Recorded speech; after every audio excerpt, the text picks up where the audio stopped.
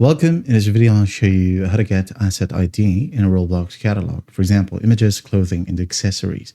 Right, if you find this video helpful, please leave a like and subscribe to the channel for more such tutorials. So first up, go ahead and go to roblox.com from your website, from your favorite browser.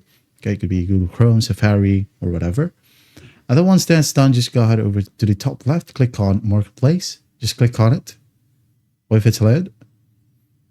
And then once it loads, go ahead and select or search for your specific images, clothing, accessories, or even music. Okay. So for example, this one right here. So just click on it, wait a bit for it to load. And then once it loads, all you got to do is just go ahead over to the top in the address bar or URL box. And here we have the ID. Okay. Just copy this string of numbers, right click, cut your copy, and then paste it wherever you want.